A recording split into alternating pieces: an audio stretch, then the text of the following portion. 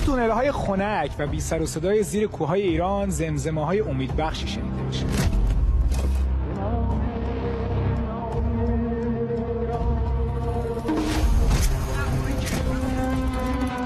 نغمه‌هایی که وقتی از این تونل‌ها خارج میشن تبدیل میشن به غرش‌های مهیب غول‌های از آتش. لا حول ولا قوة الا بالله العلی العظیم.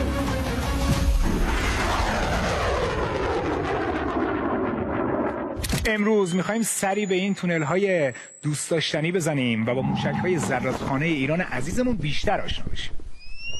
احتمالاً تا الان بیشتر اسم موشک‌های بالستیکمون به گوش شما خورده. داستان موشکی ما با شهاب 1، 2 و 3 آغاز شد و الان طیف گسترده‌ای از تیرهای آرش رو توسعه دادیم.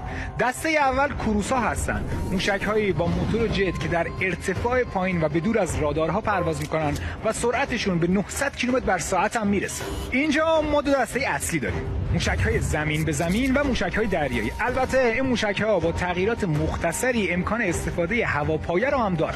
تو دسته اول معروف‌ترین ها سومار، پاوه و یا علی هستن و در دسته دوم هم معروف‌ترین موشک‌هامون نصر، هویزه و ابو مهدی هستن. توسعه تکنولوژی موشک‌های کروز تو این شرایط تحریمی کار ناب جوانای ایرانی بوده. کار ناب و بزرگی که همچنان ادامه داره و قرار جهان رو انگوش به دهن نگه داره. بعد از این اما وارد دسته بالستیکا میشیم. بالستیک‌ها طبق نیاز کشور و برای ایجاد بازدارندگی در بردهای متفاوت توسعه پیدا کردن. موشک‌های تاکتیکی که شامل 70 تا 300 کیلومتر میشن وظیفه‌شون حفاظت از مرزها و پشتیبانی از نیروهای رزمیه. موشک‌های برد کوتاه با برد 1000 کیلومتر هم یکی از قدرت‌های منطقه‌ای محسوب میشن. موشک‌های میان برد و بلند برد هم که هر کدوم به ترتیب 3500 و 5000 کیلومتر پوشش میدن که هنرنماییشون رو توی ماجراجویی اخیر اسرائیل با هم تماشا کردیم. و دسته آخر که غول‌های قاره‌پیما هستن که این چند وقته حسابی راجبشون بحث میشه و سر و صدا به پا کردن. زرادخانه بالستیک ما نقطه قوت نیروهای مسلح ایران بوده و تو سطح جهان کم نظیره. در ادامه با چند تا از این با صلابتاش قراره با هم آشنا شیم. حاصل تلاش مداوم مهندسای ایرانی و ارتقای شهاب 3 دو نوع موشک متفاوت بود که ایران رو به سطح جدیدی از دقت و هدفگیری رسوند. ویژگی خاص عماد داشتن کلاهک هدایت پذیره. عماد نقطه ورود ایران به دنیای موشک‌های نقطه زن بود. موشکی که با اصلاح مسیر خودش بعد از ورود به جو 1700 کیلومتر اون طرفتر هر هدفی رو نابود میکنه. دسته دیگر این خانواده موشک‌های قدر هستند. قدر S، قدر F و قدر H که آخری رو با نام خیبر هم میشناسیم. موشکی که با برد 2000 کیلومتری خودش و کلاهک چندگانه میتونه به صورت همزمان چندین هدف رو مورد اصابت قرار بده. توی جنگ 12 روزه هم اصابت‌های پیاپیش و ویرانیاش حسابی سر و صدا به پا کرده.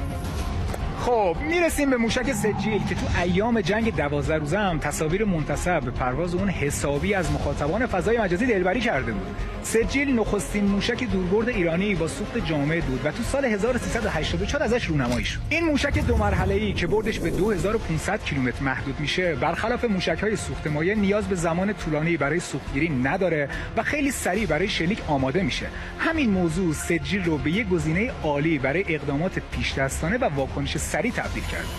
از سنگین‌ترین و نیرومندترین موشک‌های ایرانی خانواده موشک‌های خرمشهر هستند. مخصوصاً جدیدترین عضو این خانواده یعنی خرمشهر 4، موشکی با سوخت مایع دو مرحله‌ای که بردش به 2000 کیلومتر محدود شده و با دقت 10 متریش میتونه کلاهک‌های سنگین و حتی تقسیم شونده رو حمل کنه. موشک جنگی خرمشهر 4 با سر جنگی 2 تنی و تغییر سوخت موشک به سوخت‌های نوین نه تنها از نظر قدرت تخریب بلکه از نظر تأثیر روانی یکی از عوامل کلیدی بازدارندگی ایران محسوب میشه. خیبرچکن از سوخت جامد پیشرفته استفاده میکنه. برد اون 1450 کیلومتر و دقتش زیر 10 متره. این موشک میتونه در مدت زمان بسیار کوتاهی آماده شلیک بشه و قابلیت پرتاب از روی خودروهای پرتابگر متحرک رو هم داره. از لحاظ فناوری خیبرچکن نسخه بروز شده خانواده ذوالفقار محسوب میشه و زمان آماده سازی اون نسبت به موشک‌های مثل عماد و یا خرمشهر سریع‌تره. یعنی زمانی که دشمن هنوز فکر حمله رو تموم نکرده توی ذهن خودش، خیبرچکن میتونه توی آسمون باشه. خانواده فتا هم که دیگه نیاز به تعریف اضافه نداره. موشک‌های هایپرسونیک زرادخانه موشکی ایران، مخصوصاً فتا 2 که با بیشین سرعت 25 ماخیش کلاً توی لیگ دیگه بازی میکنه. 25 ماخ یعنی تا سامانه‌های راداری بخوان اطلاع بدن که موشکی رو دیدن، مجبورن که سر جنگی اونو لمس کنن و بوم، این یعنی راه برای بقیه موشک‌ها باز شده.